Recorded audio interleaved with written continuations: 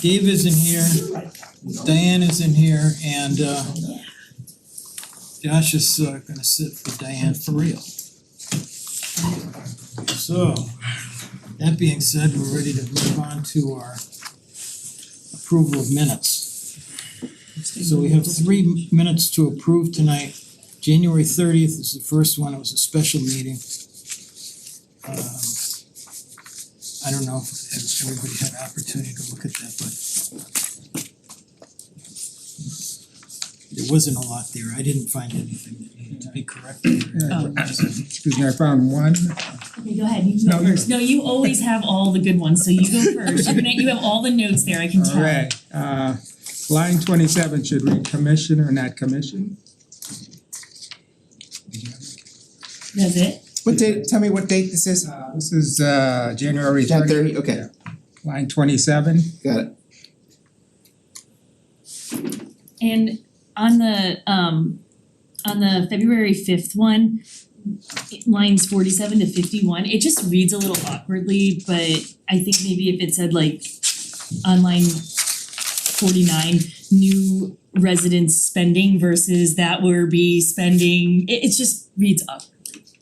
It's not that big of a deal. What are you looking at? It's on the 2-5 ones, it's line 49. I didn't, okay. Oh, are we only doing one at a time? Well, not necessarily. We're all over the place. We're rolling along here, let's keep. Hang on a second, line 49 on, Which is on February. Yeah. I'm sorry, 149. Sorry. That's different. It's a little different, just off by 100. That's different, that's not what it was, I wasn't saying what you were saying. It's just 159? 149. See, it's just like my statement, it just reads a little awkwardly. So I'm thinking like residents okay. spending instead of would spend, and then maybe that would be okay. Yeah, okay, we can do that. We could go back to say on the 5th. Line 103 or 104, George, could you take another look at that? I didn't quite understand. I'm on the 5th? Yeah, on the 5th lines, 103 and 104.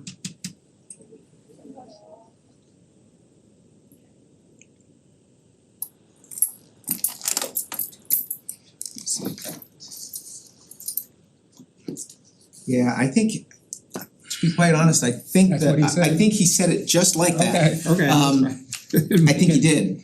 Didn't make any sense. I think what he was trying to say was, well, I don't wanna interpret what he was Okay. trying to say, he was trying to say that the market, If that's an He accurate started saying representation. something, then he wished he didn't go there. yeah, Okay. so that that's is, fine. that's what he said. Okay. I'm pretty sure. Fine. On line Yeah. 130, there shouldn't be a period after of. And these should not be capitalized, it's like a typo there.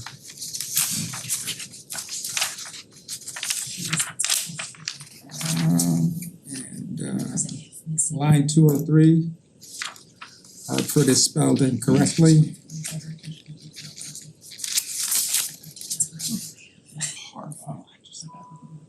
I skipped it, which points I said were correct. 203, what's Hartford, it says Hartford, right? I got it. Line 217, it says, all the first sentence, George, it says, all other evaluations, should that be elevations? Yeah, it should be. Okay. And line 260, there shouldn't be a period after vice. That's all I had on the film.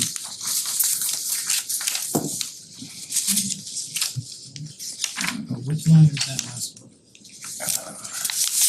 203, 217, 260 were those three, the last three lines. Oh. Hold on, yeah, I'm sorry, I had one more, George, on the 5th. Line 284, I think you should delete accept.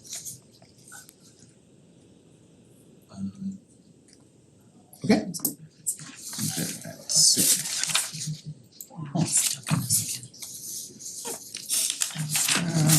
You can move to the 21st. Sure. Does anybody else have anything for the February 5th minutes? Then we're moving on to February 21st. If you go to line 88, I think after inquired, we should have weather inserted there. Yeah.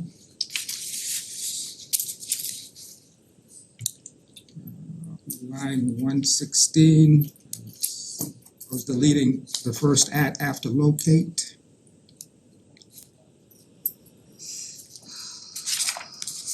And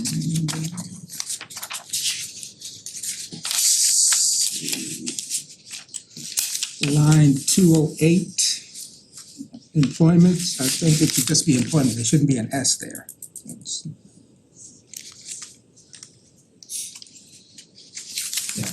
Alright,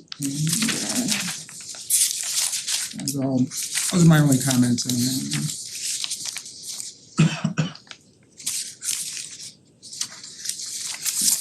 Did anyone else have comments on February 21st minutes? Anyone wanna make a motion that the 3 minutes be approved with the changes that are recommended?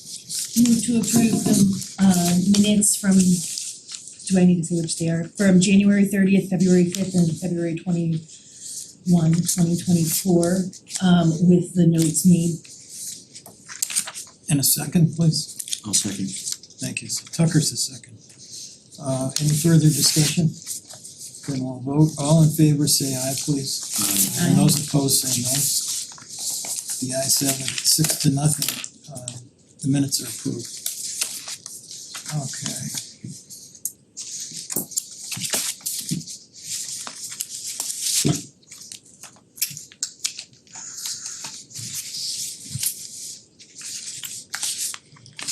Okay, we wanna move on to the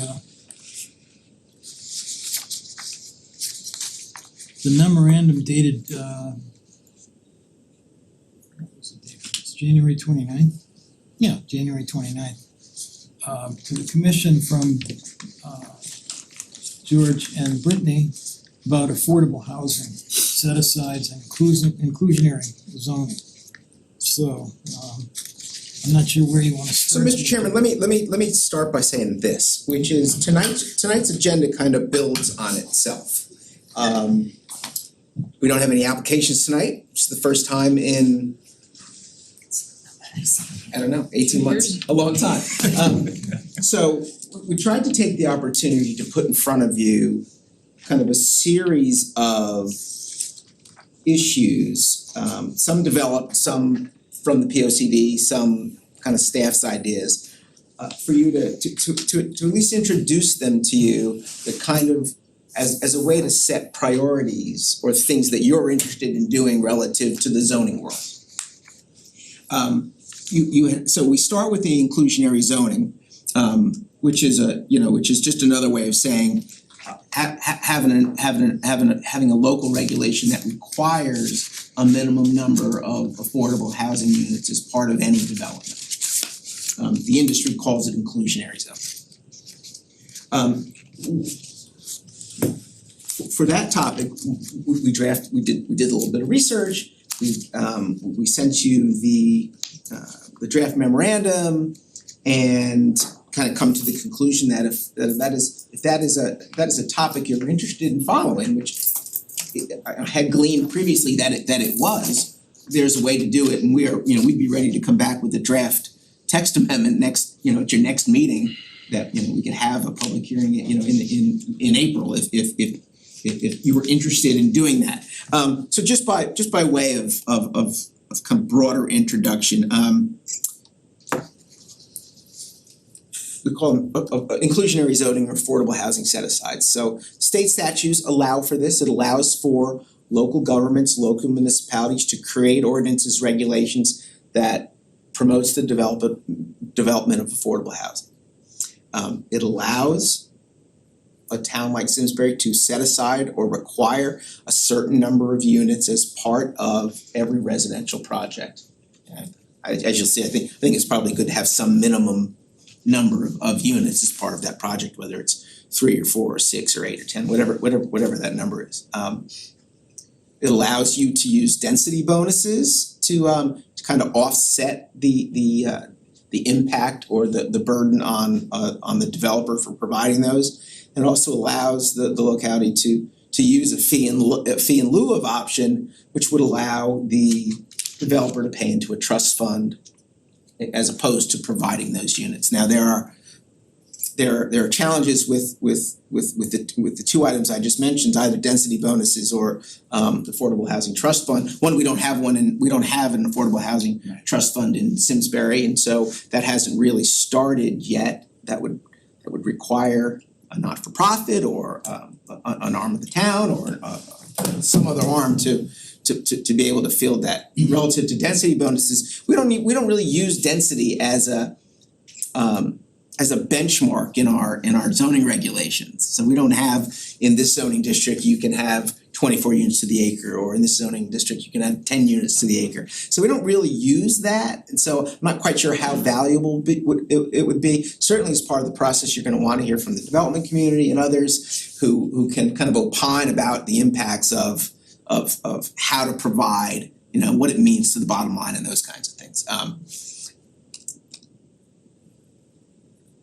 We have a what I would call a very good example and a very comparable example, although Brittany did a whole bunch of research and there are other towns in the state like Stamford and Greenwich and several others who, although there aren't a lot of towns that have adopted this. Tucker probably knows more about this than me, but there aren't. But we have a very recent example. The town of Canton adopted a zoning regulation change that said that for any project over 6 units, 15% of the units had to be affordable.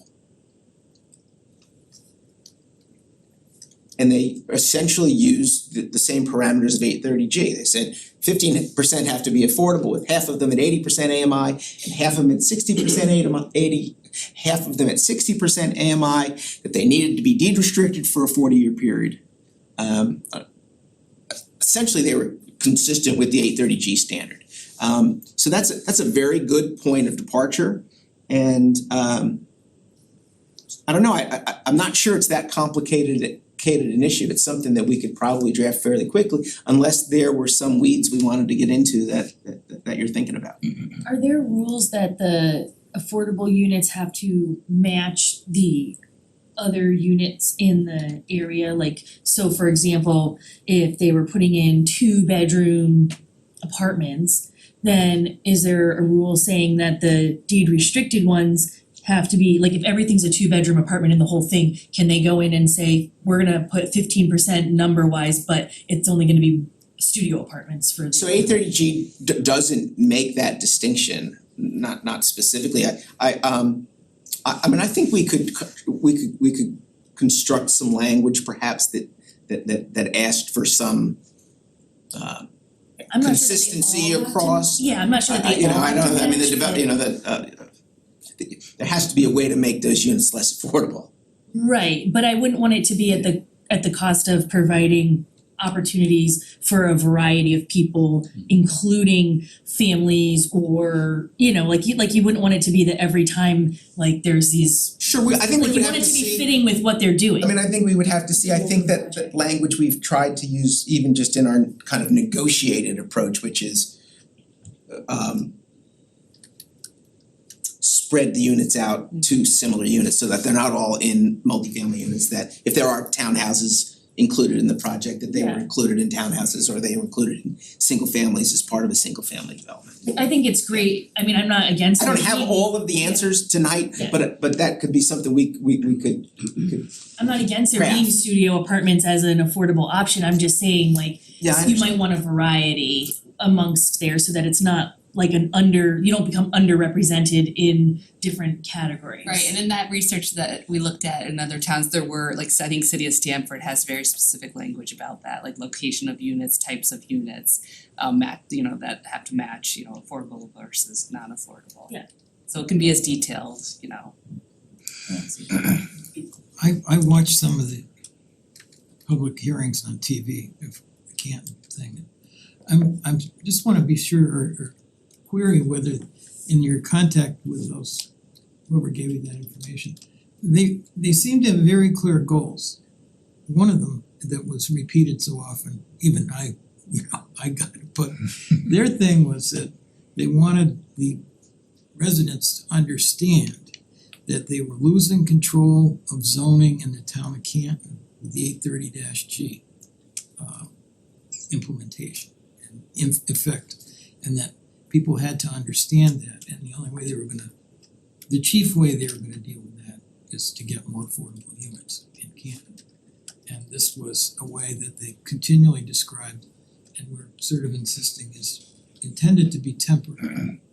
They are gonna continue looking at other strategies and try to find something that's more suitable, especially over time, is to get more affordable units in Canton. But it wasn't projected as a forever deal in Canton. Now, I mean, we can have our own conversations about that. Yeah, That's I what they suggest we do. Yeah. So It's not for, the goal of providing affordable housing doesn't change, but the techniques change. And this one was described repeatedly as a temporary, not necessarily short term, but temporary, however long it takes. so So anyway, inclusionary zoning is a really great tool. It's very good at some things and not good at other things. What's easy about it is it costs the town essentially nothing to implement. It's usually a fairly simple zoning change. And what you're doing is you're essentially using the private sector to fund your need for affordable housing, which is, at no cost to the town. That being said, in order to significantly increase, especially your percentage, if that's what you're going for, of affordable units, just doing 15% of all new construction probably is not going to get you there on its own. So you mentioned the fee in lieu of, which is a great system for towns where they, instead of having the inclusionary, the developer pays into a fund and then the town can build their own 100% affordable housing, maybe through their housing authority. We do not have, as I understand it, a way to implement that right now, and nor do I think the zoning commission would be kind of the primary driving force behind that. Right. That being said, you can give developers an option to do one or the other. And this is a good tool that we don't have to ask basically permission, as far as I can tell, that the 15% affordable is something we can just do right now as the new standard, as the new minimum of doing business in Simsbury. I mean, this is being implemented all over the place. I would say any project maybe over 9 units, because you wanna make it easy to do missing middle housing, which is not necessarily deed restricted affordable, but is significantly more affordable than other market rate options. Remember that when you do the 15% affordability, the cost is not being eaten by the developer. The cost is being eaten by the market rate tenants. So potentially, I think the gold standard is that you have the developer pay into a fund, you have a bunch of missing middle housing, and then the town itself develops its own affordable housing. That might be pie in the sky. This is probably the best we can do as of right now, without significantly more work in more sustainable ways of doing affordability. the time horizons get so long. The time horizons for a variety of these, they're much longer than, let's do I don't this. see We Simsbury won't having, here. We can do But this first, tomorrow. the developers are gonna say they can't do this in Simsbury, 15%, no. They won't have the profit incentive. but I also don't see like a fee-based Doesn't program mean you unless shouldn't we're do it. charging astronomical fees. It would take us like at the rate that we're developing, it would take us so long to be able to build, like we need millions of dollars to be able to build a housing complex that would even come close to, like every time you miss out on 15% and a developer pays into the fund, you'd need them to do it so many times and there would have to be so much development, more than our like development trajectory of the And- town. We need land, Tucker. That's when the towns that have land, they donate their land. And that's when an affordable housing 100% is built. We don't have any land that I know of that Simsbury's willing to donate to be built on, 100% affordable. Yeah, I agree with you. This is a significantly easier option. It's Yeah. just something we should be looking at in the future for our more sustainable housing goals. But yeah, I mean, we could do this tomorrow. It would have essentially an immediate effect if we identify places that we're going to try to seek development and change zoning rules accordingly. Because if this doesn't affect us if all new units are single family. This only affects multifamily, which we have not been building recently. So It doesn't affect a neighborhood, it could, right, like a Cambridge Crossing. You could apply it to fee simple homeownership, single family, you could apply it to that. And interesting, yeah. sure you I could. would not be in Yeah, you would favor need a of piece, I that. mean, you need a significant development in order to, with real single family numbers. Now, I wouldn't want the deed restriction because that hurts anybody, including the people that are currently at Cambridge Crossing. If they bought their property for 300, that's all they're allowed to sell it for. Right, I agree. And if it's worth 400 right now, they don't profit, they don't get any money back on that. So, I know, but the people down there on off Climax Road did the same thing, they all Yep. bought their houses, and they could still be building them if they had enough land. Yeah, but deed restriction in this case is some of those units. I mean, I don't think a single family, you would not deed restrict a single family home. They do have them at that's what Cambridge Crossing Sure, is, and sure. that's what both Bruce is Cambridge saying. Crossing and Climax Yeah. Road. What's the are name of that both- road, Drake, I can't think, And well, they can't make anyway, any we know where it is. Hendricks Lane or Hendrick Lane, off yeah. Climax or It's right by the Avon Town line. Lower Yeah. value. There are actually ways to build into the deed restriction Yeah. minimum set profit. That's not market determined, but it is not zero. I'd be interested in hearing more about it. Yeah, there is a way to do that. Yeah, I mean, Again, we're not gonna be faced with just in numbers, we don't have raw land to build single family developments on, so I would be less worried about trying to figure that. One of the towns is using a strategy where they use a higher percentage, I think it's, in fact, I know it was 20%. If the units being built exceeded, I don't know, some number like, they used 15% if it was under, like 6 to 15 was 15%. And if they went over 15% units, then it was a 20% deal. That's I interesting. forget which town it was, but it's one of them. So it's like staggered. Yeah, I like that. Yeah, That it takes makes- advantage of the Greenwich, scale. Yeah, granted. between 11 and 24. Yeah, I'm not sure I percent above 25. Just simply stated, for larger developments, they take a larger percentage. okay. Smaller That developments, makes smaller Yeah, percentage, it does. it's fixed. It's bracketed, That makes sense. and they only use two, there's also density bonuses, which was also mentioned, where you can essentially, if a developer achieves a certain amount of affordable housing, they're allowed to build at a higher density. I've heard that being used effectively in other parts of the country. I don't know that I've seen that done in Connecticut. Yeah, Tucker, I kinda offered that, we really don't use density as a Yeah, as a zoning benchmark here at all. I actually have concerns about density in the sense that sometimes not we, Simsbury, but sometimes developers can get into making developments that are just affordable in a certain part of town, and I don't like the way that plays out. what do you mean? So like, I'll give Terriffill as an example. Yeah. That's just a cautionary tale. What, I don't wanna see that It's happen. better to be a little bit more homogenous, right, because then Correct. people can support each other Spread out. better. so focus affordable housing in one particular neighborhood, you mean? No, that's what I am Yeah, he said afraid don't of, do I am that. Yeah, concerned don't wanna with, do that. correct. Because I fear that, we may be making decisions now, but down the road, who is going to be making decisions that is a good place for that affordable housing, or this is a lower income part of Simsbury, and so we should, do you know what I mean? Yeah. I just find it teetering on discriminatory.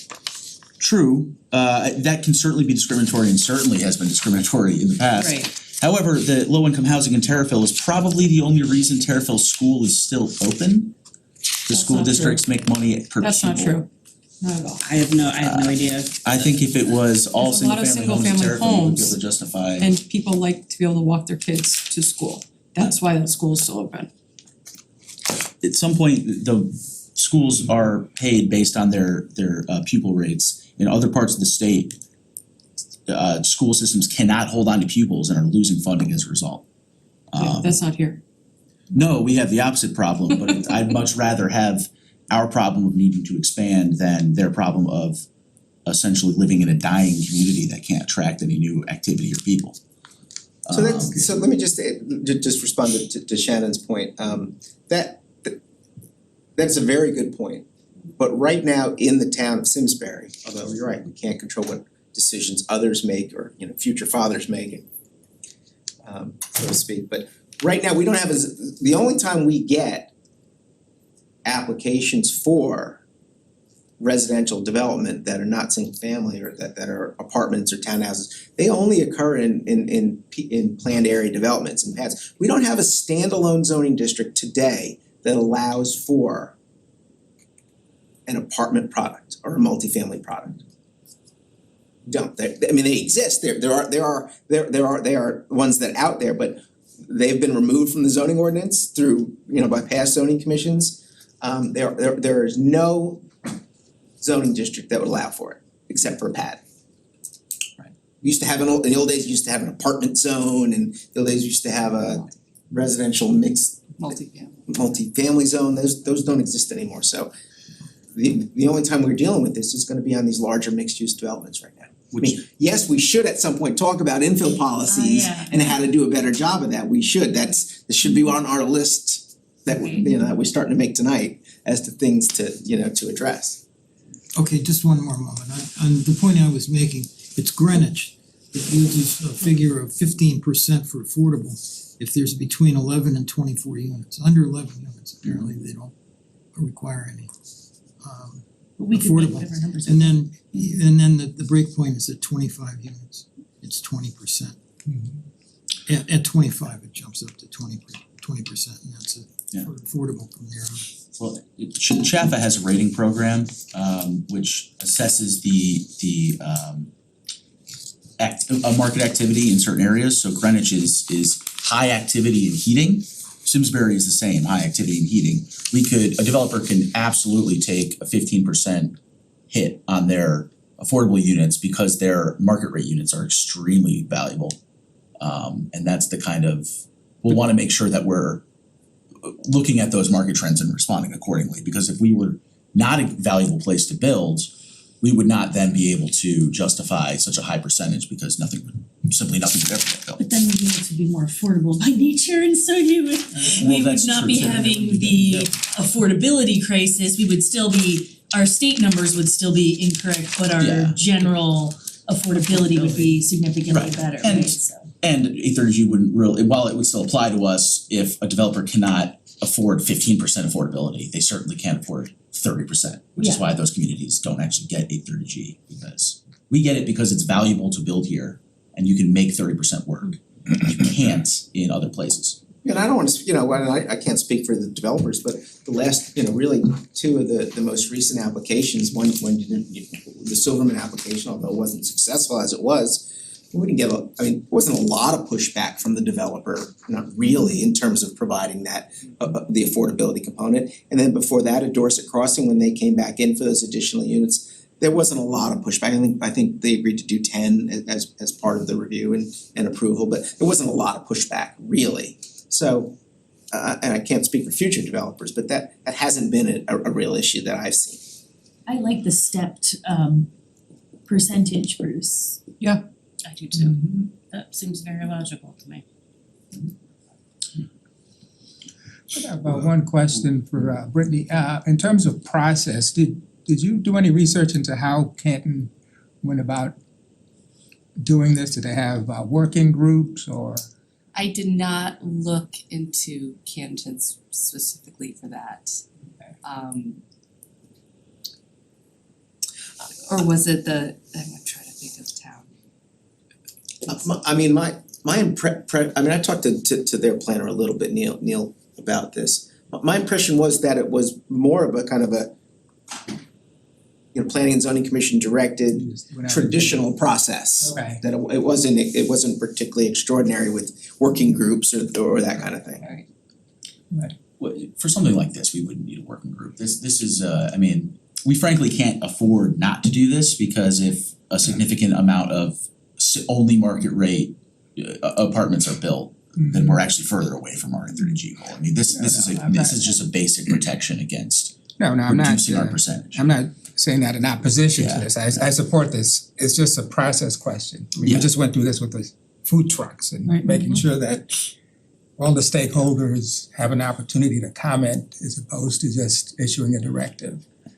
So this all goes to support 830G, which is obviously of concern because that's where some of that predatory developers are kind of starting to wanna come in and develop. But like, what are we doing that is actually just making things more affordable in a common sense way in Simsbury? Like, what do we need to do that? Like, how do we get a developer to want to do something like a Hazel Meadow?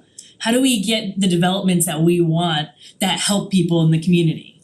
You have to build Like, more. I don't know how to, You've gotta like, what get, incentives, how do we get You have them to to get the develop like funding. that You have to versus the get- Silverman Group? you have to get money from different pockets beside just the investors that they're getting or the state and federal, and Tucker can speak to that. I think it's really difficult.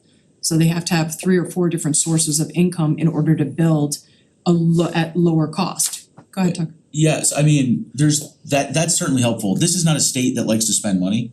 So we can expect that we're not going to get very much help from the state, and the federal government doesn't seem to be doing much these days either. Right. That being said, a significant bonus is not one that is monetary, but is process. Making certain types of development as of right, thus ensuring that if they have a development that meets code and is not going to be rejected, that is a significant benefit to someone who's trying to build housing. If we identify certain types of developments that are simply as of right and can go through the process in an easier way, that's a lot less money, a lot less time, and a lot less risk, and is free. Where? Give me an example where. There are, in the legislature, there's No, bills here. about TOD, Geographically. Yeah, sorry, I meant here. Oh, sure, you could say that a mixed use apartment above our commercial developments within the town center is built as of right, so long as it meets code, so long as it has all the proper has all the proper fire safety. It goes up for administrative review, and if it meets those things, it is approved. It doesn't have to come to a public hearing. It does not have to go in front of us for a special, the same way that a single family home would be as of right in a single family zone. What we're saying is this is what we'd like to see built. If you can make this, you are guaranteed it's going to be built unless there is some kind of issue at the administrative level.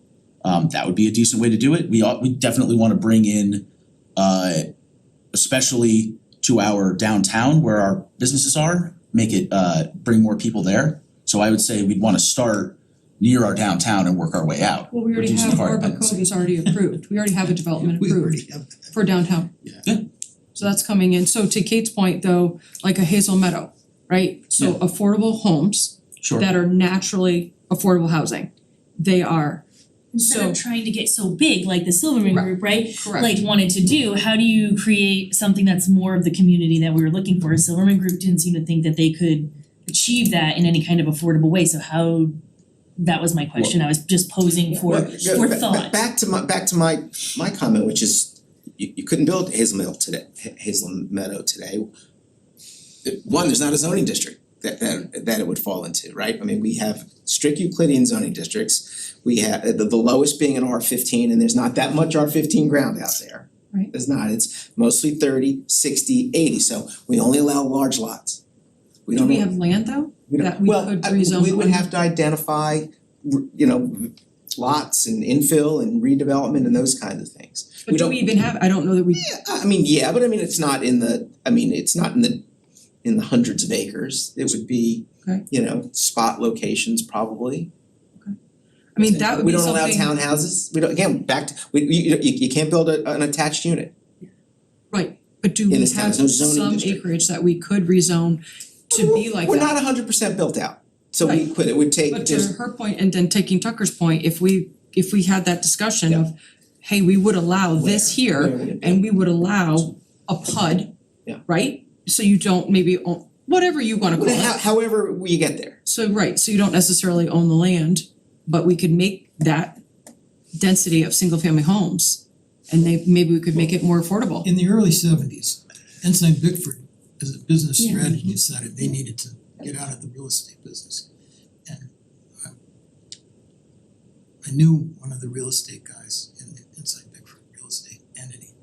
And he said for many years that the Hazel Meadow, the part that was the later development, was done with zoning regulations that were made up for it. There wasn't a zoning regulation that would allow that. They made it up so that it could be done. Yeah.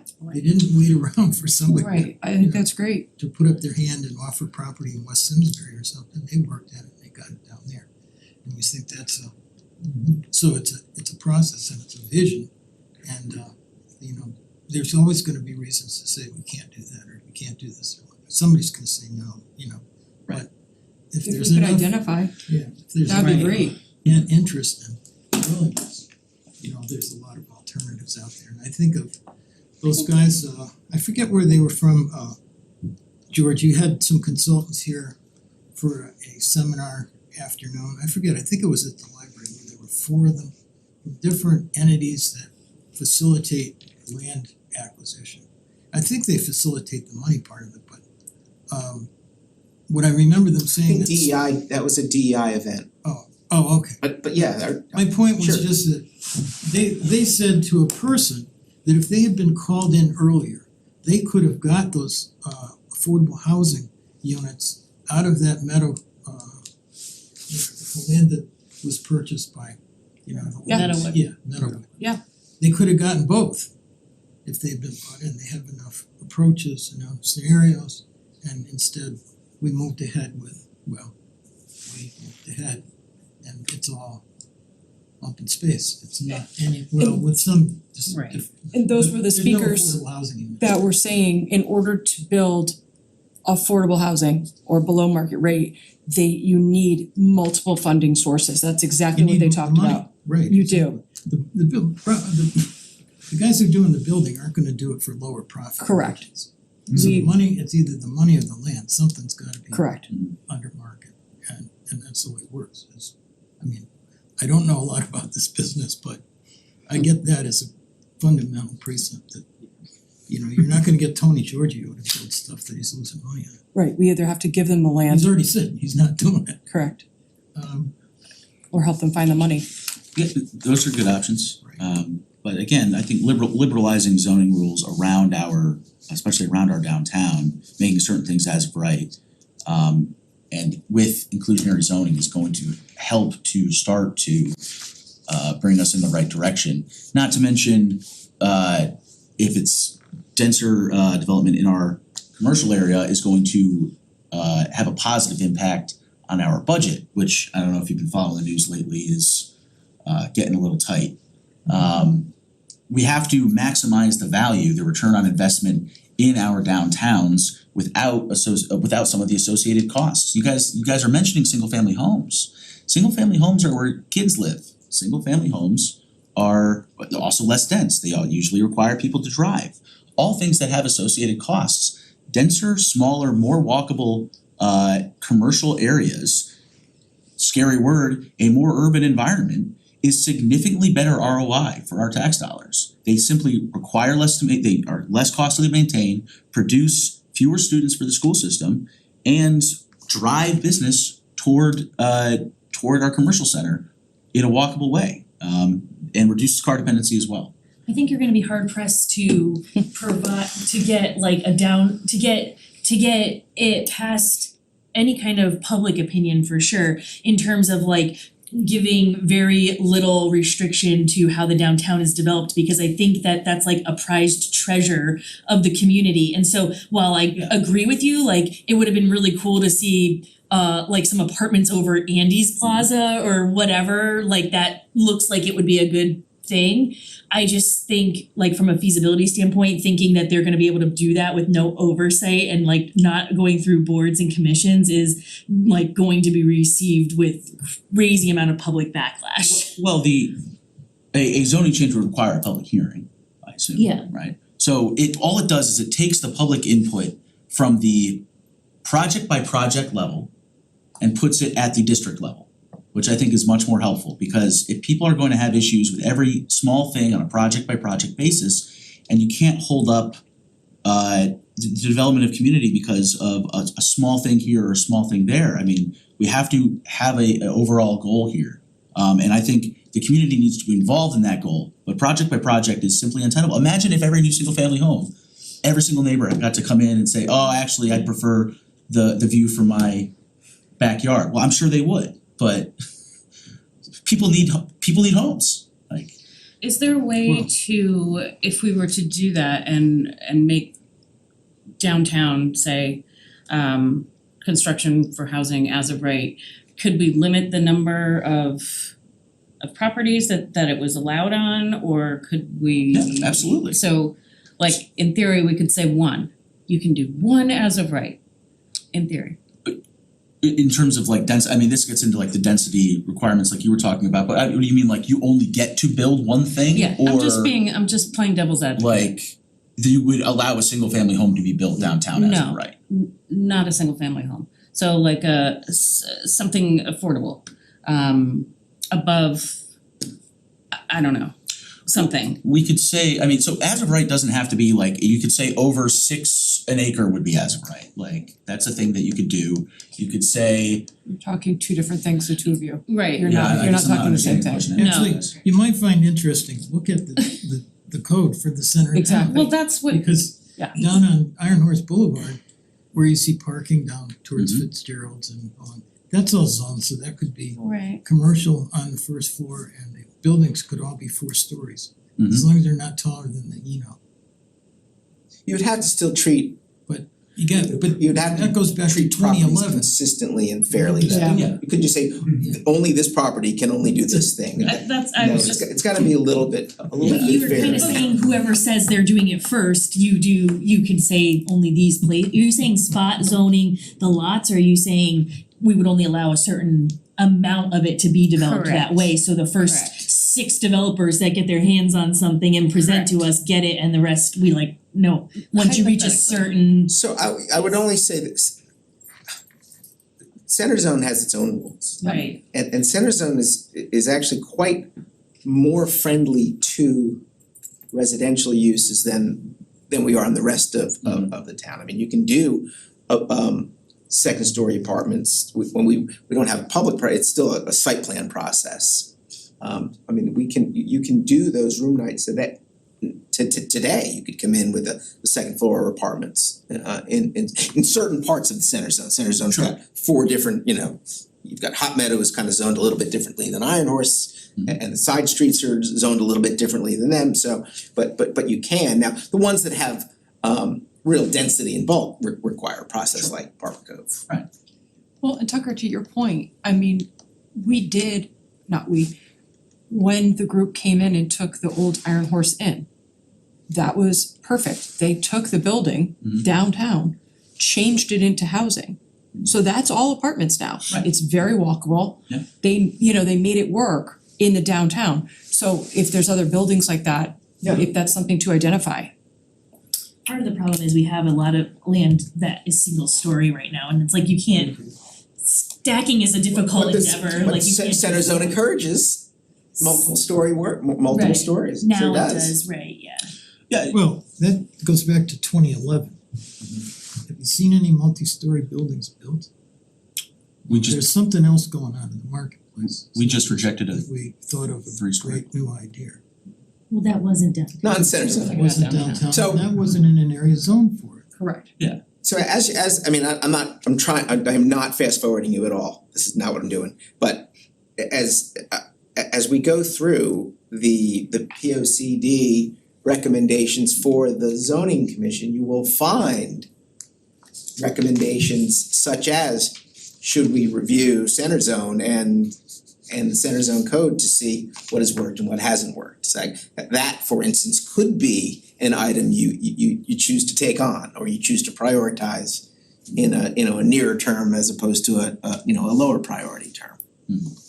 But so, and the last thing I was gonna say is that this is such a good discussion, but I mean, it's timely. I mean, there are other folks in the community that are gonna start talking about these kinds of issues more collectively. That, the Board of Selectmen has appointed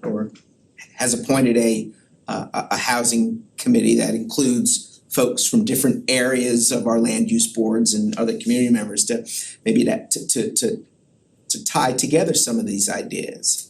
Do we have land? Who's in the lending business? Who's been talking about this? So, I mean, I don't have any answers tonight on that, but there is a much broader conversation. And so I think the things that you can do as a zoning commission, we should prioritize and do that you think. And there are other things that other folks are gonna be more responsible for. That might be a good segue though. So yeah, to fast forward a little. To the next. Alright, so what I would like guidance on this. I mean, what I would suggest is you don't commit to a draft and put it to public hearing until you commit to a draft and put it to public hearing. So, we could come back maybe by the 18th, certainly by April 1 with a first draft, with a first cut of what a zoning regulation would look like.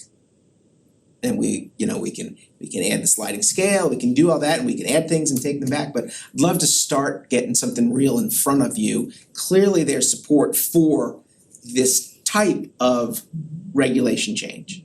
I mean, devil's in the details, of course, and I understand that and Brittany understands that, but I don't think there's any harm. I'd love us to get moving on some of these things, particularly now when, probably don't have an application for you for the 18th right now, so that's not gonna be a busy night, and I don't think the week of the 1st is gonna be that busy. Not really, but there's gonna be a point where we'll have seven site plans in front of us again too. So I think we should try to take advantage of a little bit of staff capacity, frankly. Yeah. Cause that's what I mean. You can always When I say it, I mean staff capacity to do these things. pull out the signage regulations and we can start. They're on my list too. I think it would be good to, I don't know about the rest of the board, but I think it'd be good to basically just steal Canton's idea and put I'm not in make- favor of the make that deed a- restriction though. Well, it has to be. It has to be deed restricted. There's no other way It's not to get points towards our 833 percentage increase. You have to,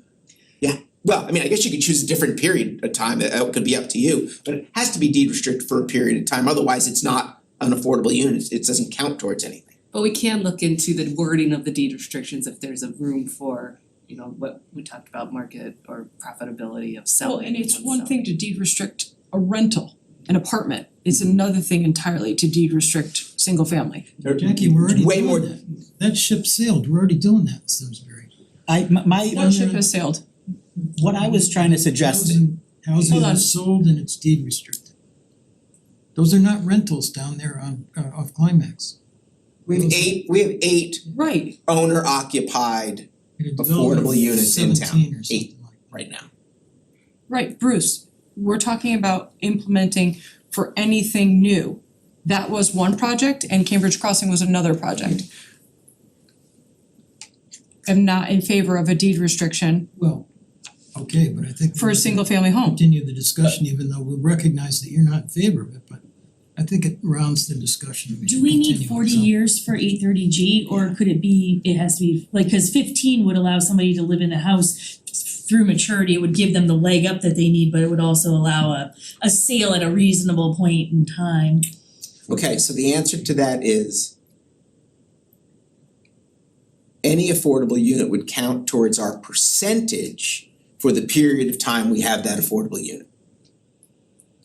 But it wouldn't count towards points towards a moratorium, for instance. Okay. It wouldn't count for that, but it would count for Current. our current, we're at 5%, if we added X, So- you'd have those for 8 years or 15 years and then you'd lose them though after that. 40 years is so you could do 40, I guess, on apartments, but maybe there would be some other language, or like you said, maybe there's a way it's deed restricted, but there's a way to sell in like some sort of, like you're approaching market value. What happens when somebody wants to redo their kitchen at some point in the 40 years, they don't get their money back on that investment in their own home? Like, this is the point that Jackie's making, Yeah, that's Jackie's point, that's Jackie's point. It's like, why would Again, you I even would- take care of that property when you have nothing to gain from it? You'll Yeah, just and let we it can- crumble I think, around you. we can air that out when we do, cause I think there are some good Yeah. points to it. And the energy we spend talking about, it, we are not going to be, the units that we are going to approve as affordable are going to be rental units of a higher density. Those are the projects you're gonna see, that is what we're gonna deal with, so That's I would mostly say, what it's I'm not giving in to Jackie's side immediately, but I would say that just be careful how we spend our energy on Okay. this for in terms of being efficient and smart and those kinds of things. Well, So to that end, this is like our 40,000 foot view. And so we need to make this Simsbury centric. Right? I liked the 9. Yes, I'm not sure 9 to how 20 and then we had to think a little bit about numbers and then we'll kind of Of course. weigh, we'll give you your options and what, if you did these numbers, this is what it looks like, and Well, if you did cause this. I like what Bruce said about the 15% for X amount and then to Yeah, 20. we'll look at that sliding scale I for like sure. that. yeah. Sure. So like up to 20 and then I kinda like the Greenwich numbers, except we might wanna go a little lower on how many units we're requiring it on. So like Understood. bring it down from 11 to 9 or 6. So 6 is good because it allows for a perfect 6 to be built, which is a very efficient, pretty naturally affordable type of building. So that would certainly make it easier for a developer to build that perfect 6 economically. And then anything higher being 15% affordable, it means your next thing is gonna be like another 9 or 10 unit, and that's what's gonna be required in order for that to work out math wise. Yeah. But Can I make yeah. another comment? Oh, that was rhetorical. So when we're talking, and I know I focus on transportation all the time, but if we're talking about increasing the density of our downtown, Simsbury still has transportation issues. So we need to address that. Boy, do I have- But is that us? Somebody needs to address that. I mean, but I'm saying there is, a population which might be attracted to living in the downtown because it's affordable, but does not have additional means for a car or is physically impaired. So we need to think about that, is all I'm saying. We would need higher volume of people, I would think, before it's like chicken and egg, Yep. right? But like I think we would need a higher volume of people to Get like another you can't run an van empty or a bus. Yep. So it would be important for us to be able to coordinate with the state to say that we are increasing the population and your potential ridership along this transit line, and therefore we need to be, that transit There needs to be made of higher stops. quality. Absolutely. Boy, do I have a bill for you. But I think there are other things that we could do as well when I'm speaking about someone who is living downtown who might have a physical impairment. Our sidewalks are kind of dicey. The biggest problem with our sidewalks, I think, in downtown is the fact that it goes sidewalk, parking, building, as opposed to the Yeah. more ideal parking in the back, Yep. building, sidewalk. Right. That ship has probably sailed. Yes. But we can maybe do some work in some of those areas to make navigating those parking lots just a little bit easier and safer. We have some good sidewalk coverage in the downtown, and we could even do perhaps a walk audit, which is something that AARP put together that I know allows you Aging and to- Disability is doing that right now. that's awesome. Yep. They keep me updated on that, But- please. But I'll challenge both of you because I've met with different groups on this. If we're gonna talk about that and maybe making any changes to sidewalks, we need grants. Oh, I'm saying that yeah. without a funding source at all. No, I but agree. I'm just But I'm saying reality, right? Right. The Put reality it on is. the list of needs that the plan will have to Right. account for. But I mean, if we, and kind of to your point earlier, George, about working with other commissions. Yeah. I mean, if Aging and Disability is doing this, and I know they are doing an AARP, they're working on making Simsbury an AARP accessible community or friendly community, like we should be talking to them about that. Yeah, what ties all the boards together? Cause this has been a question of mine, like we know X amount of land is being developed and then like the Board of Ed will come in here and be like, Right. well, we didn't plan for this because we Right. didn't know that it was, and it's like, what do you mean you didn't know? So like how do we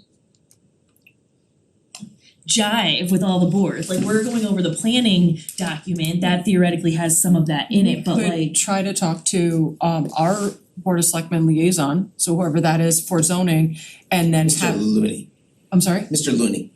Oh, Curtis. So we could ask Curtis you know, maybe we talk to him or invite him to a meeting or something, and then he can talk to whoever the liaison is for the Board of Ed, the Board of you know what I mean? I'm just saying as an example, As an there's example, all it's these- hard to, Right. so we're doing it a little bit better in our world, I think. I mean, I think with the Board of Selectmen doing that at the Housing Committee, the Planning Commission is considering another committee, but I mean, it's a P-O-C-D implementation committee, which is something lots of towns do. It is the one thing I don't think we do very well here at all, which is following what our implementation steps are and at least paying attention to them over a period of time. Yep. That's why I'm putting this stuff in front of you tonight, that's why you had it in your Dropbox. I mean, it's I don't think in 2017 anybody told you what was assigned to you, so to speak, throughout the process. But We could read it for ourselves, it was there.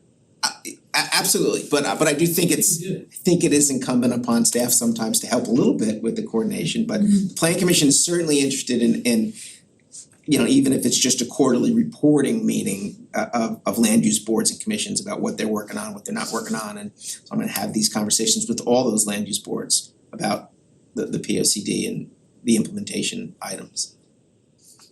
Yeah, cause I guess we could all watch every board's meeting on, Yeah. you know what I mean, but like, Sure. if you wanted to make it your full-time volunteer job, 40 hours a week, but it would be helpful to kind of collect the valid points to pull it all together. So without objection, we're gonna come back with a draft. Yes, great. Looking forward to it. Thanks. Yeah.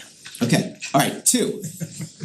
So you do have in front of you, and it was in your Dropbox, but I think I included the entire implementation table for the P-O-C-D, which we put up on the website today. I've been working with the consultant who worked with the Planning Commission to essentially take out, just have a standalone implementation document. So but what you have in front of you tonight that I just handed out is only those items assigned to the zoning commission. And when I say assign, I mean that quite loosely. It's your job to determine what's a priority and what isn't. But these were the items that came up during the P-O-C-D update process and was identified as the zoning commission as the primary partner or leader on the issue. The items that you see in black font or dark font in front of you are kind of carryover policy items. They're not necessarily action steps. They say continue to support or protect or maintain.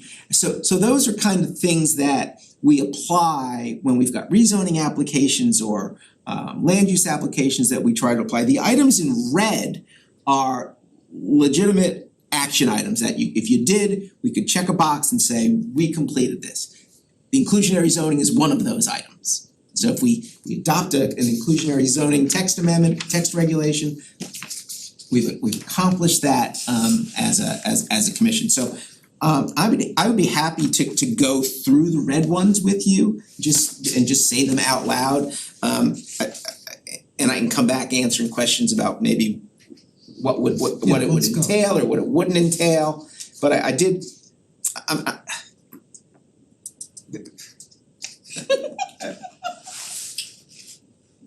so in red, and these are, so I don't have the headings are, but I think it starts with kind of starts with some environmental stuff, and then it goes all the way down through affordable housing. I was unable to put the headers back when I was cutting and pasting all this. So first one is amend land use regulations as necessary to incorporate P-O-C-D recommendations. Well, that's great. That's what you're gonna hear the rest of the way here.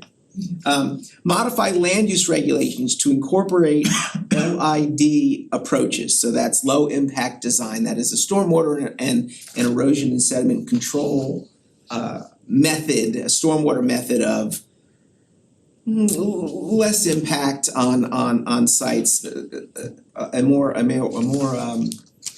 articulated approach to not just building holes in the ground to handle stormwater. And so had a conversation with the town engineer. He's not sure the zoning commission really needs to deal with it because we have it in our MS4 and our stormwater regulations, but that was kind of a carryover from 2017. Yeah, well, we're also a little thin on knowledge on this board. We're a little, well, I mean, I think our town engineers know stuff about it. It's not, it's just not Town often engineer knows, but he's not on. here on this group, yes.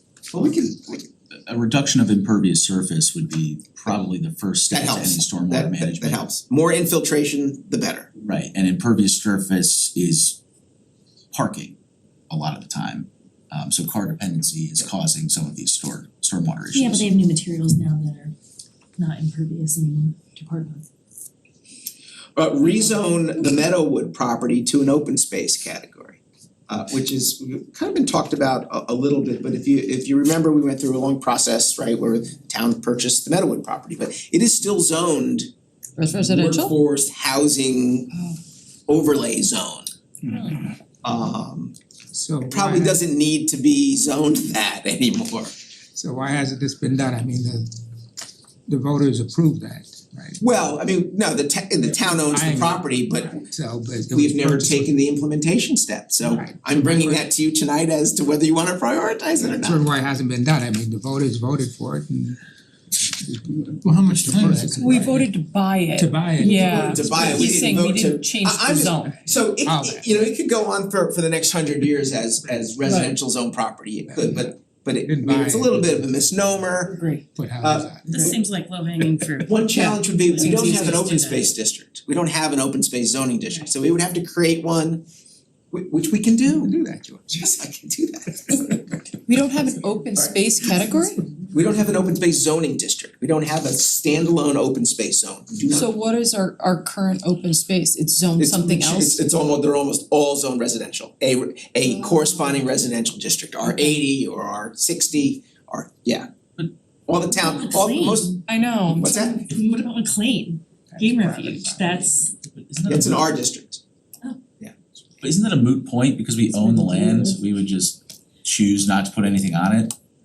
Like, Yeah, it may be, I think we should. it may be optics as well, frankly, to call it an open I mean, space just. district. Alright, let me just, we can Sorry. go all night if we do this. Yes. let's- We're getting hung up, George. I'm gonna ask you to, again, take this home and do a little bit of homework and see if you can't prioritize. We're gonna be doing a much broader prioritization with all of the P O C D, with all of the land use boards and commissions. I'm trying to put that together right now. But for our purposes, I'm hoping that there are a couple of things that are important enough to the zoning commission that you wanna get, you wanna get action on. I'm down to the zoning regulations, incorporate dark sky principles into the zoning regulations in order to minimize negative impacts of artificial lighting. Modify the zoning regulations to address LED lighting standards and standards for color, temperature, lighting, and intensity. So many zoning regulations have a lighting section with lighting minimums.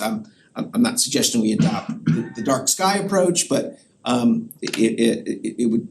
We do it would behoove us- require it in a lot of new developments, so. Well, we do it, we do the practice of asking for Right. lighting plans. I mean, we've got, we have some glare standards, but we don't have, I mean, Kate's dealt with a lot, and DRB talks a lot about it. Yeah. But we don't have standards, we don't have full cutoff requirements, we have guidelines, and most people do them, but not all.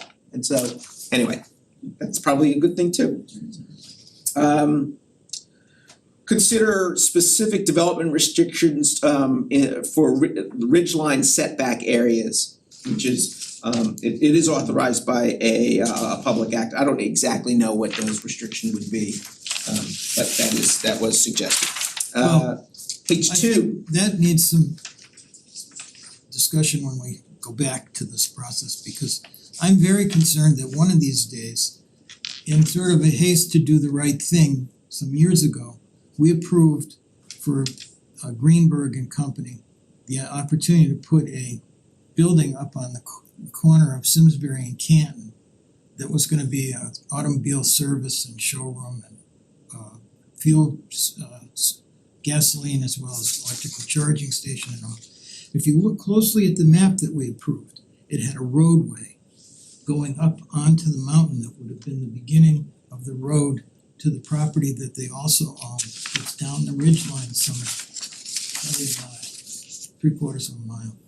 And one day, I think we're gonna hear from those guys again, not about the land that the town of Canton didn't let them explode the top off that mountain, but so the building never got built, but the approval's still on the record, and the map shows a roadway entering the town of Simsbury That's from private the property town though. of Canton.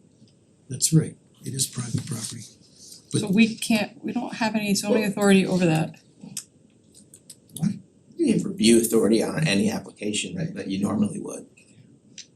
And But it's we gonna don't be the have town of ridgeline Simsbury, but requirements my point is today. just that there's an expectation in the state statute about protecting the Yeah. ridgelines, the trap rock ridgelines, and it names these hills along western Simsbury and also Talcott Mountain and what's the other name of that? Well, anyway, you get the point. I do. There's some reason to take serious focus on that.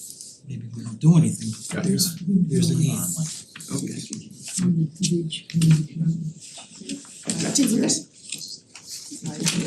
I'm on top of page 2. So revisit the form-based code for Simsbury Center to see if any changes are warranted. And I do think that's a good thing to do, to evaluate. It's been a long time since the charrette, things have changed, although we haven't had a lot of construction or new development since the time of the charrette, and that may mean something as well. Revisit the goals and recommendations of the 2009 charrette to see what's been completed and what could be improved in the future. Upon completion of the study, so this relates to the Terriffill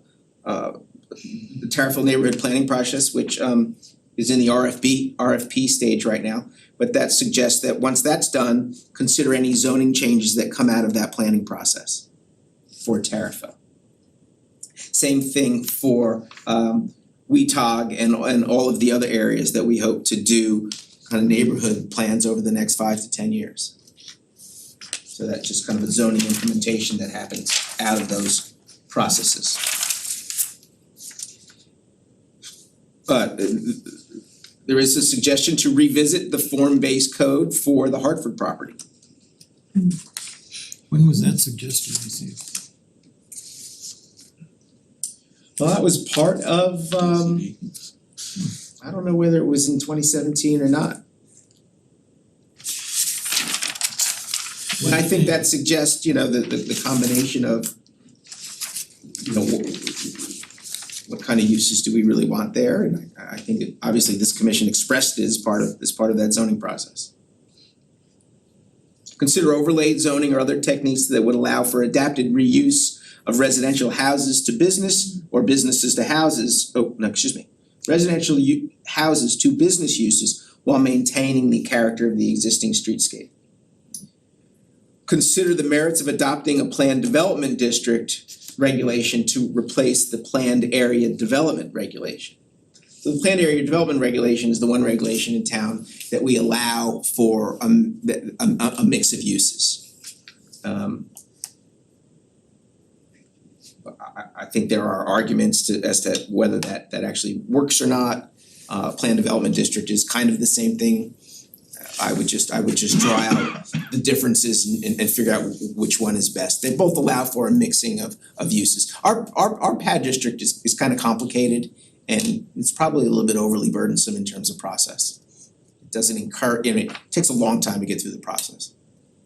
But it also doesn't require any percentage of any particular use. Doesn't do any of those things. It can be minuscule. And if not, I think a relook at the PAD district and how we encourage, just in general, how we encourage, kind of more significant developments and how do we get what we want out of them. If we want significant developments at all. Review home office and other home-based occupation regulations to see if they reflect, kind of the changing realities of work from home and those kinds of things. I think that's a good idea as well. Review the sign regulations to see if they can be streamlined to better meet business and community desires. That, somehow that falls a little short of, I thought our goal was recognizing our town attorney told us that our sign regulations are not enforceable. He's correct. Staff will hit that point a little stronger during our session, or during our 6 points at the end. Okay, Yeah, we signs give your staff the most headache and the most difficulty on a day-to-day, everyday basis. And I'll tell you why at the end. I think I've heard it So before, many but issues with yeah. signs. there's, we have new people. Zoning appeals board is a big problem. Yeah. Like every business, we just make it impossible for them to have. Adopt a requirement that property owners or developers be required to present a community impact analysis or a fiscal impact analysis as part of a rezoning application. So sometimes we get them, we get fiscal impact studies, if we ask for them, we don't have a requirement for it. We don't have our own to use as a counter argument. We have, usually it's helpful to set local baselines that the development community can respond to, so that would be helpful as well. That I can't control that side of it. Adopt zoning regulations, I'm at the bottom of 3, we're almost done here with this list. Adopt zoning regulations to require new residential development, set aside units for low to moderate income households. We just revise the town center code to incentivize or require set aside of affordable, saying the same thing, just specific to town center.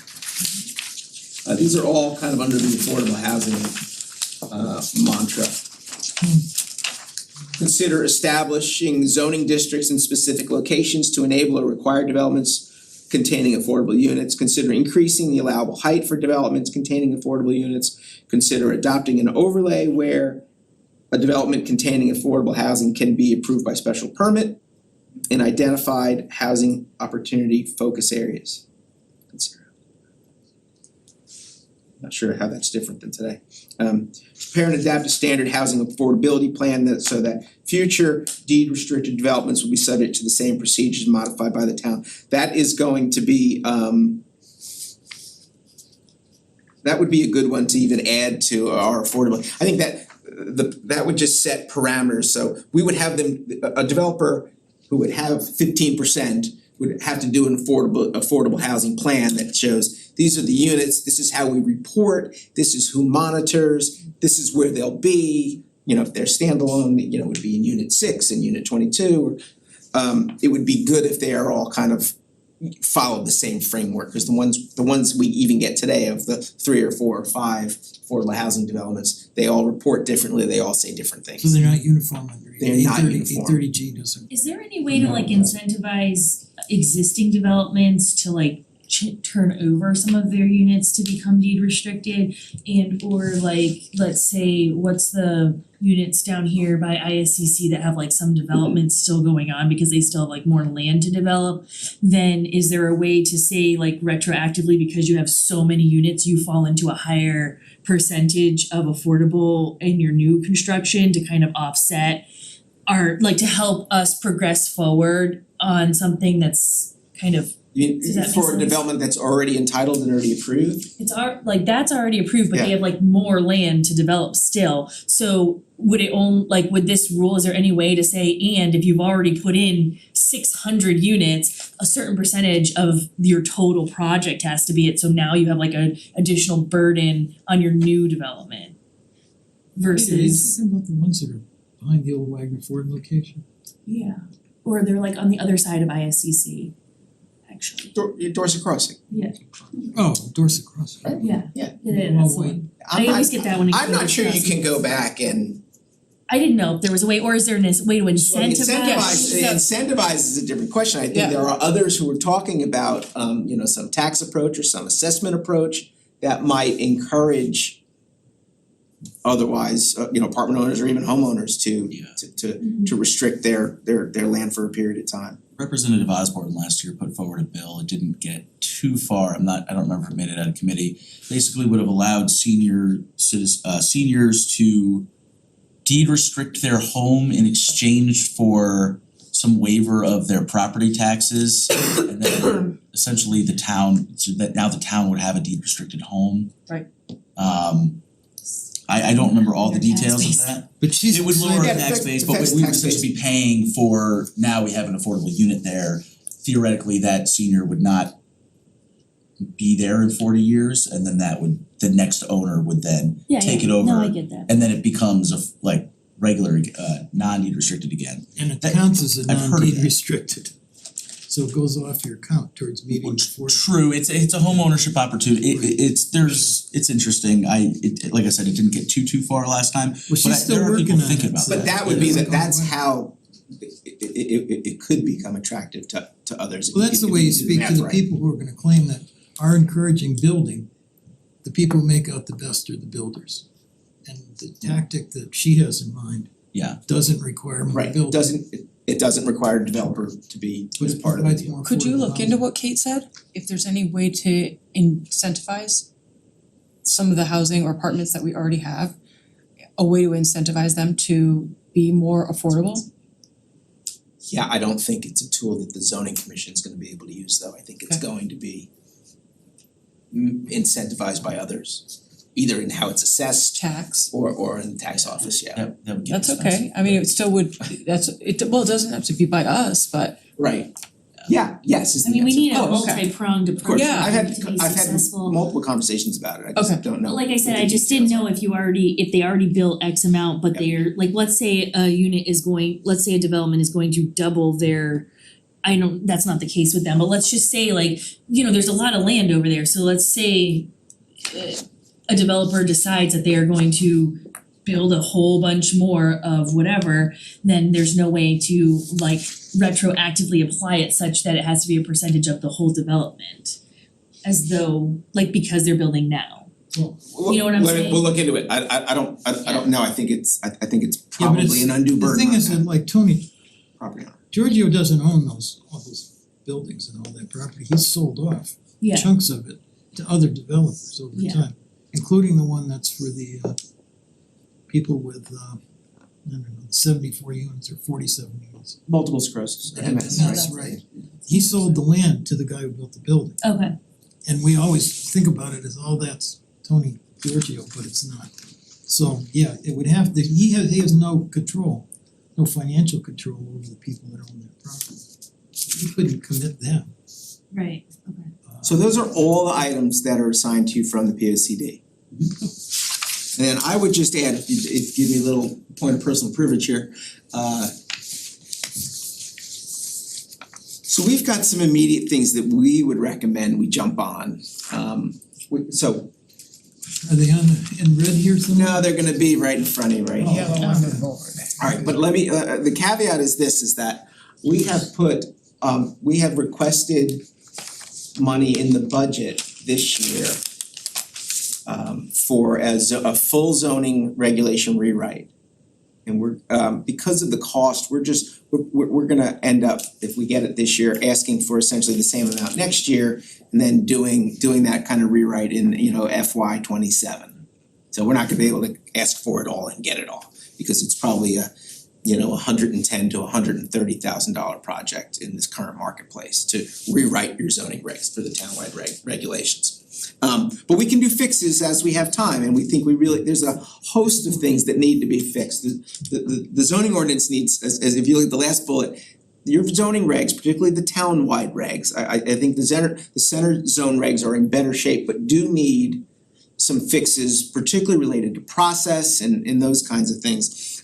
But there are fixes everywhere and throughout the townwide regulations that we could make there.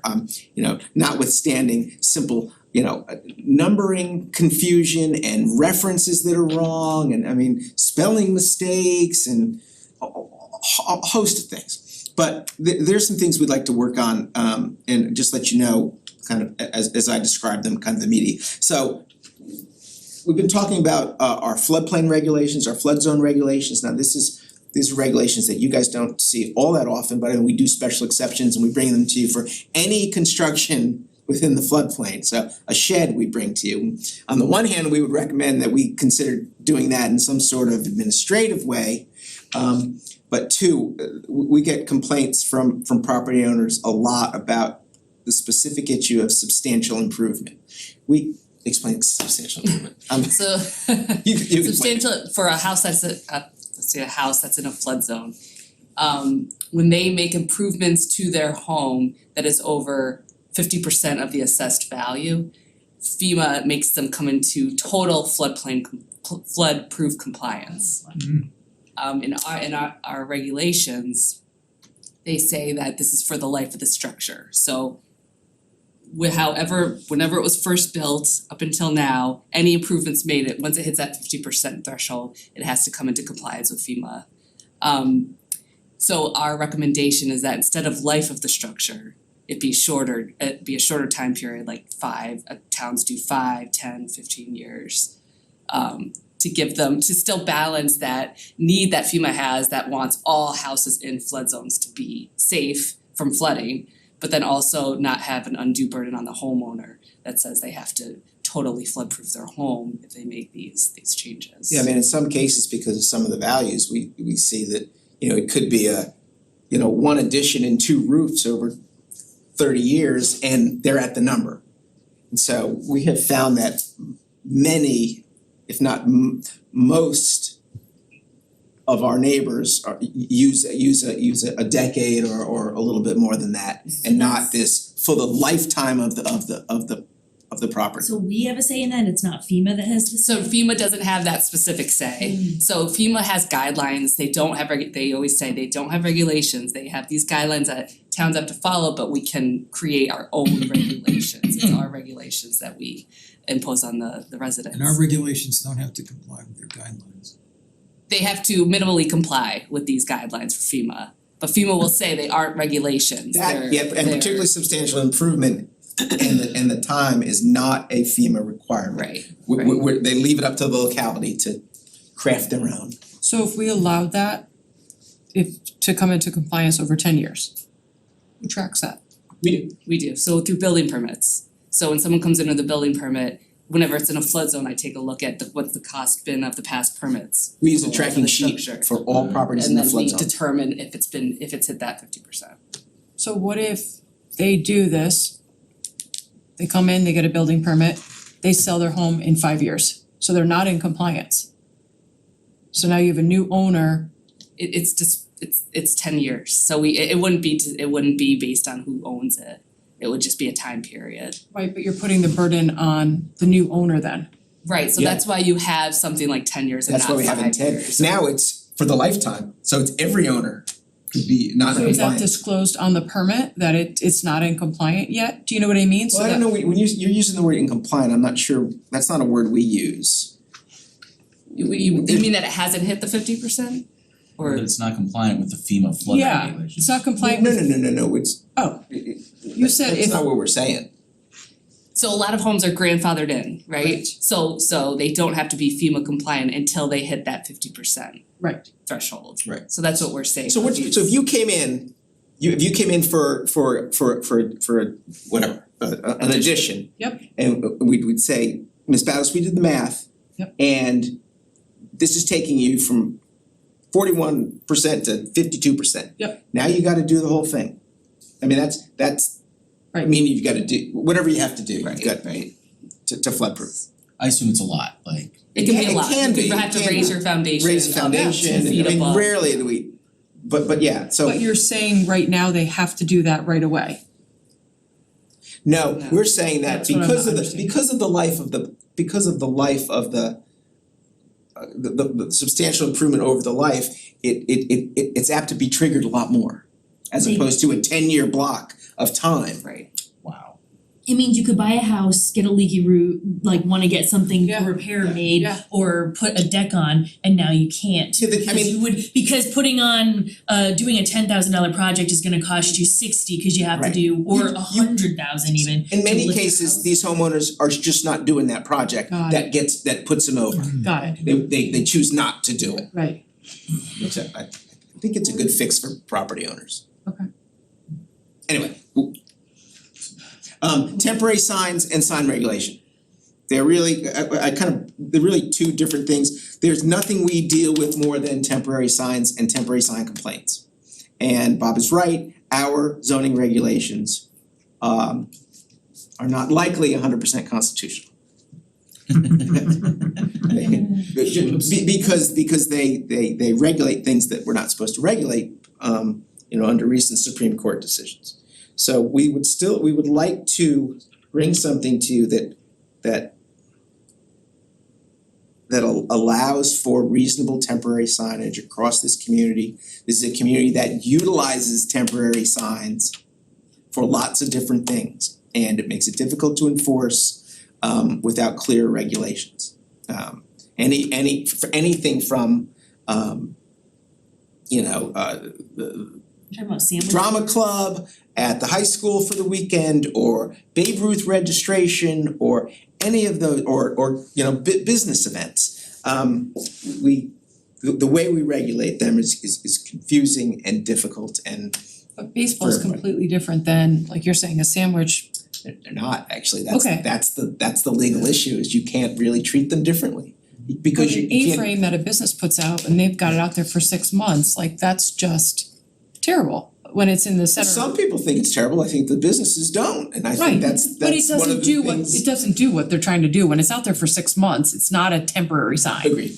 Okay. Agreed. That's just, I just wanna we need to rehab that conversation with you guys so we get your direction and how you want it done. The second part of that is our process of review is again confusing and unclear, particularly as it relates to permanent signs. You've had obviously different administrations, different planning directors, and you probably have had, 5 planning directors and 22 planners over the last 10 years in this department, and everybody's done it a little bit differently. For better or for worse, some have done it right, some have not done it right. We hope we're doing it to the best of our ability, but just the process. Center zone is easy. Center zone on permanent signs is fairly clear. It says for any permit, design review should review the permit, and then if design review recommends approval, town planner approves the sign. For both freestanding but that we don't have the same rule in townwide regulations. The townwide regulations don't say anything about that. It just says the design review board should review all sign permits. Well, it doesn't say which ones we should come to you. We have not brought a wall sign to you in quite a long time, because I was actually told by previous chairman that we don't see those, and that's great. I don't wanna bring them to you, but if you wanna see them, we should be bringing them to you, and we should clearly write in our zoning regulations, how are we reviewing signs, who gets to say yes or no to them, what's the process we wanna follow. It is not clear, and so I think at the very, I would almost do those separately, which is review process versus dealing with the temporary signs, cause that's gonna take a little bit longer. But it's And I think like also one of the things that's always bothered me, having come from the land of sign approvals, is like when you have like a Fitzgerald's Plaza or like the Simsbury Town Shops and you wanna have a uniform look, the balance between having a uniform look and never being able to move forward ever from 1970 when they put the first sign up in that development, and like a new business comes in and new techniques and new printing and new capabilities for signs comes forward, and we're like not able, we force like a less attractive sign in an effort to make everything look uniform, but like to what end, like at what point do you get to like have a sign that belongs in 2024 versus 1984? I feel like there's gotta be some method without replacing every single sign where businesses can turn over into a more contemporary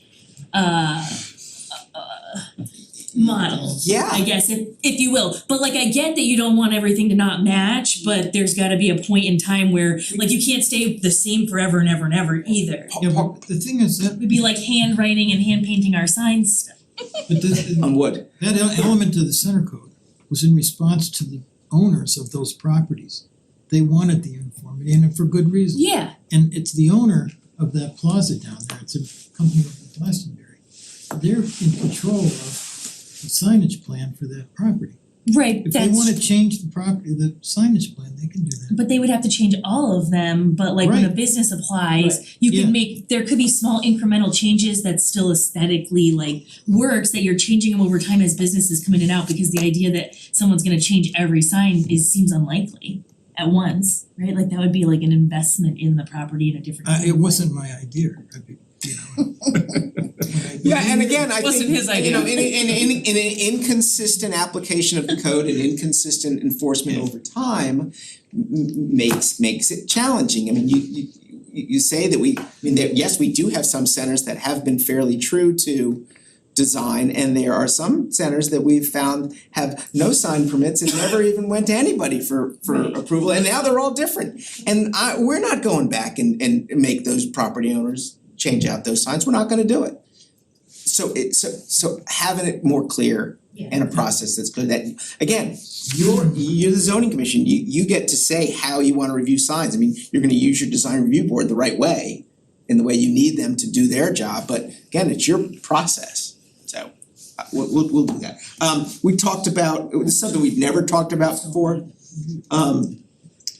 Land disturbance and erosion and sediment control regulations. We don't have a land disturbance regulation or an E&S requirement for how should I say this? The challenge we are faced that often in Simsbury, where we have large lot residential development, we don't have a mechanism to require stormwater or an erosion sediment control plan. And so we get these enforcement issues where somebody is clear cutting 3 acres to build their significant 4,000 square foot house, and we don't have a measure to review their stormwater controls, and all of a sudden we've got dirty water running into the street into our storm, our storm conveyances. Many towns do have a minimum acreage of disturbance that requires at least some level of erosion and sediment control plan to be submitted. So frankly, it's a no-brainer. It would all happen administratively. You would never see it, but it needs to be in the zoning regulations to do it. So currently, our town engineer, that doesn't go to them or? There's no requirement. Okay. What happens is we find it and then we say, where's your storm After. plan? Okay. Mostly after the fact. The town engineer is asking us to do this actually. Okay. I talked to Adam and both Tom about it. Wait, so single family homes have been able to essentially not do stormwater management unless like you specifically find something, is what you're saying? Yes, typically because of it's less stormwater management and more about erosion control during the construction process. That's the issue we're trying to attack. So multifamily or anything that comes to us has essentially been the only type of development that's had to enact sediment control regulations. Non-residential development, right, and because of part of those civil plans, we are seeing the E&S. And we do the land disturbance review when they're in front of you in terms of site plan. Yeah, single family houses don't require site plan. We're not asking them to do site plans. We're not trying to put that burden on them, but we have to, how are you handling the development side when it rains and how are you stabilizing the hillside? We've had some issues on Cocktail Way recently, there's some other places, but with the regulation, we'd be able to at least get some planning and safety measures there. I had introduced to you a couple months ago the fact that our public notice requirements are all inconsistent for all of our land use boards and commissions. I don't even know that you know that when we do a special exception application for a drive-through use or something like that, we don't have a requirement to notify adjacent property owners. We don't put a sign out, we just put it in the newspaper. But for other applications, for the zoning board of appeals, we put a sign out. So for inland wetlands, we do abutters within 100 feet, but we don't do abutters for anything else on land use sites. So it would be great to have a common public notice requirement across the board that's transparent, that's fair, we should be notifying adjacent property owners when we do special exceptions. Yeah. 100%. Yeah. And we don't do that, so like to fix that. I think we've got to review all of our zoning districts and the uses that are in them. They are so antiquated and so inconsistent. We just shake our heads trying to help property owners define their use sometimes, and we should do that, and I don't think that would take a long time. We struggle with accessory structures, particularly small sheds and propane tanks, and we've got kind of weird rules about where they can go and where they can't go. We would like to do a better job of defining how we deal with those those accessory uses. I mean, that's a half a year's work right there. That coming from staff, these things, are things that for us are low hanging fruit that would help, would make our lives better, and I think would be better for business owners and property owners across the board. So yeah, the point of tonight was to talk a little bit about how can I help you, and and kind of almost vice versa, can you help staff prioritize these things? What we can't. You've got 23 items on the POCD. You've got other things we talked about. I just gave you 9 items here. I guess I'm just asking, how do we help prioritize some of these items? Here's my thought on what we don't wanna do. We don't wanna expect in the next half year that the zoning commission members are gonna become sufficiently expert on these topics, fully expert, so that we can debate the pros and cons and knowledge of what, and come to a conclusion that all 6 of us would support. Are there any We'll never particular get that done in trainings, half a year. but are there any particular trainings that support, like you send the trainings that we have to do, but are there any that would support like some of these major things that we need to do that would be like best time spent on those kinds of trainings? Yeah, I mean certainly from the we can find training on sign stuff quite easily. But What I was gonna get at the was rest if is you you could have to- draft something for us. So the way we would do it is we would do a white paper, we would explain the issue, we wouldn't just hit you with a text amendment, we would kind of get you there. In order to go forward. Covering what we need to know. Yes, with a little bit of justification, and in fact, for land disturbance and erosion, I would bring Adam Kessler in here, the assistant town engineer, to help explain why we need to do this and why we don't. So yeah, I'm not asking for some carte blanche to run text amendments through you. We would follow the process and explain it and do that kind of stuff, but I'm trying to let you know that these are the things that we think we can do without, Yeah, I would just say, we don't have to be subject matter experts in all of these items in order to make decisions. We would rely on staff and experts, consultants to come in and explain it to us, and I think at that point we'd be capable of making a decision. Yeah, okay. For the POCD stuff, I would love it if you would take that home with you and do a little bit of an informal prioritization individually. Just one question, is there, what's the timeline on this? Or is there no timeline? Well, it's an infinite timeline. No, I'm just saying, The I mean, we POCD is good for have, 10 years, we won't touch it again for 10 years. No, I mean, this particular commission has a little under 2 years to Yeah. run, right? And it's Yeah. gonna be Yeah, be some turnover, so we don't need to get this done within the next 2 years. no, what I would like you to do in a month or so is to, all of you at least, address what you think are high priority, medium priority, low or no priority to you individually, and then we can kind of have a conversation after we do that. And so maybe some homework for us is to go and look through this list and go 1, 2, 3, 1 being the highest priority. Yeah, do it that way. And we start working on Yeah, it. then you give it back to us and I kind of, I can report to you, and this is what, and again, there may be other things you're thinking about too that aren't on any of these lists. Well, I'm also thinking, as I'm looking through the POCD issues, again, like there's some low hanging fruit that I think Yeah. we could just, Just knock it out. just take care of it. And I mean, can we have that discussion now or should we not? I mean, I'm looking at the low hanging fruit, so that's why I'm focused on it, like the Meadowwood space. Right, I mean, like, that's a can we vote, just right? can we just do that? Do we have to vote on it? Do we have to? I think you should come to some agreement as a group that that you all agree it's a high priority. So I would say. I'm not saying it's a high priority, I'm just saying like Oh, we it's easy to do this. it's Well, we could, so I would. We wouldn't be done Yeah. with it. Yeah, that's a good point. That's you Sometimes make you a could good just point. take things off the list by Right, getting right, it done. right. If it's easy things to do, you could take, So then add a number 4 or an asterisk that says this might be easy to do. And So that can be done quickly. Meadowwood is not gonna be as easy. yeah, it's not gonna be as easy as you might think it is.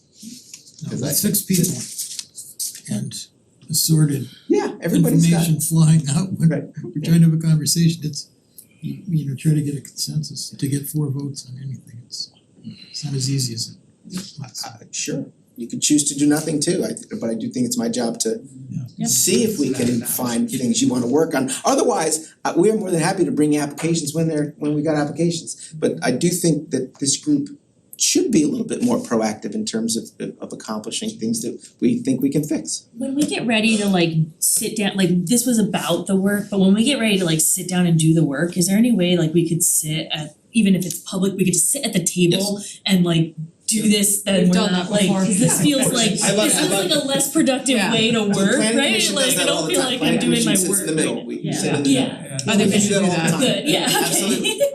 Absolutely. I would be curious for staff, like in your opinion, which of these could we just do next meeting? Like which of these could there are some easy land disturbance, erosion, settlement control regs that you could probably draft us and we'd probably be able to just enact? Or the accessory structure rules and permitting, I don't know. Yeah, I mean, it would take us, I would rather write it up properly for you so we can, cause it's for the public too, right? Why are we doing this? We can get to work on some of these and have some, summary memorandums with suggestions in the next 2 meetings. I think that'd be helpful. I think that'd be very helpful. Brittany and Joe are I gonna was do the work. disagreeing with something. So anyway, we're trying to be less reactive, we're trying to not run Yeah. a complaint permitting office, we're trying to run a planning department that does these definitely. progressive things and helps us think about problems we should solve. Good job, George. Yes, thank you. Thanks for bringing this up. I don't have anything, that's all I got. Is that it? Yeah, that's all. Just had one question, what's going on with the parking lot work? I haven't seen any. Yeah. The parking Out lot here? upgrades. Parking lot? I haven't seen The any. lighting is fading. Yeah, I haven't seen Yeah. anybody out here recently. There Yeah, was a lot of well, action. they're ready to go. Oh, they're ready to We're go gonna see now. Okay. improvements, we're gonna see start of the lights, I think the lights are on order. Spring is Okay. when we're gonna finish that whole project. Okay, thank you. That's good. And did you wanna comment on what happened on the 29th with the vessel matter? I don't You don't wanna comment or you don't know? wanna comment. I mean, I don't have anything, the comment was that the settlement was accepted by the judge. That's what I know. Good, it wasn't in the newspaper. Thank you. Are you looking for us to adjourn? No. Oh. Do we, I'd sit here all night with you. did That's did what a I do. staff report get created about The our, staff report has not gotten created, I Okay. haven't done it, it's on me, I'll do it. I just wanna know in case someone, I don't wanna like not know. Doesn't exist. I didn't see it, but The staff report does not exist yet. Yes, Then, does someone wanna make a motion to adjourn? I move that we adjourn. I will second. Any further discussion? I just wanna say sorry. I just wanted to put in the I'm really happy that we're doing some legislating and we're doing some proactive consideration. And I wanna give Definitely. props to staff for their role in encouraging that. But I'm really happy that we're getting to this kind of work, is all I wanted to say before we adjourn. Definitely. So, we need a vote, all in favor say aye. Aye. Those opposed nay. Then the ayes have it, we're adjourned at 8:39.